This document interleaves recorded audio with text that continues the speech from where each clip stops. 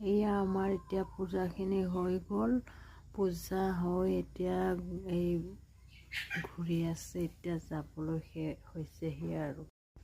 আপোনালোকে ভাবিব যে এইটো কি ঘূৰি আছে, কিন্তু এই মাজত আমাৰ পূজা দিয়া যোনখন থাপনা সেইটো আমাৰ 7 পাক ঘূৰি পেলাইহে মানে পানীত নিয়া হয় আৰু। এতিয়া মানে মহিলাসকলে যোনে যোনে পানীত যাব সেইসকলে 7 পাক ঘূৰিব। 7 পাক ঘূৰাৰ পিছত আমি পানীত এইটো নাও আৰু এইবিলাক গোটেইখিনি বস্তুখিনি আমি ইয়াত একো নথওঁ, গোটেইখিনি পূজাৰ পাত যিকোনো ফুল এটাও থৈ নাযাওঁ।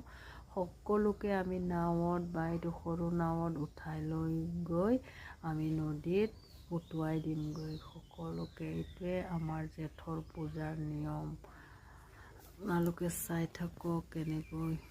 আৰু এটা কথা আপোনালোকক বুজাই দিওঁ, এই যে মানুহগৰাকী কলপাতৰ পিন্ধিছে আৰু কলপাত এখনৰ ওপৰত উঠিছে আৰু লাখুটি এটা লৈ আছে, সেইটো হ'ল আমাৰ ঘোঁৰা।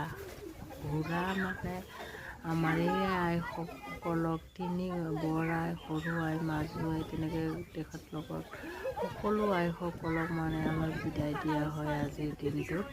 নদীত গৈ পেলাই এইটো নাৱত আৰু সৰু সৰু নাও 3টাত সকলোকে নি আৰু পানীত উটুৱাই দিয়া হ'ব আৰু।